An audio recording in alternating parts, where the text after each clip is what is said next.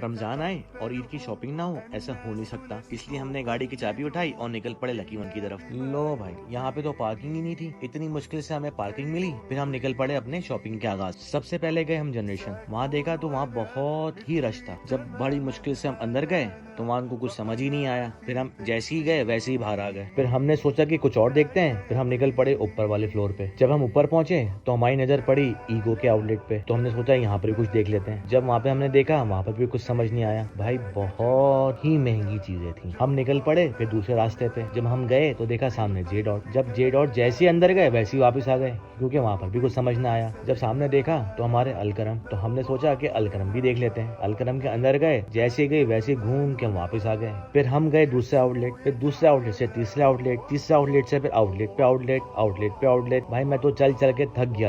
इन लोगों के साथ आगे ख्वारी पालनी और कुछ भी नहीं। भाई फिर चलते चलते मेरे साथ कुछ ऐसा हुआ। क्या हुआ? मिल तो कुछ नहीं रहा। इस चक्कर में पेट में चूहे दौड़ रहे हैं, भूख लग रही है। तो हमने देखा सामने किंग कॉर्न, तो हमसे रहा नहीं गया। फिर हमने वीआईपी स्पाइसी कॉर्न बनवाए। फिर हमने वहाँ बैठ के खाए। जब हमने पहला स्पून कॉर्न का मुंह में डाला,